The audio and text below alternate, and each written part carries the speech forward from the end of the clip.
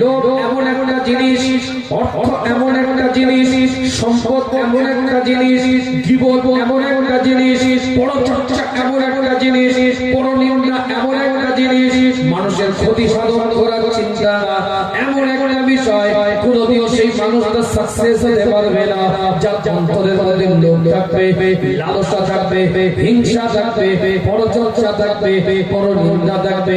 ওই মানুষটা সাকসেস হতে পারবে না।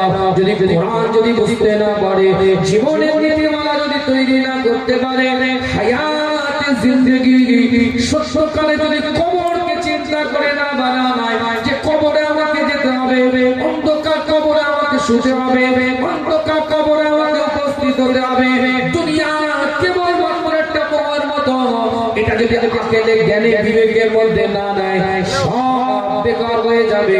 আকেলে জ্ঞানে বিবেকের মধ্যে নিতে হবে।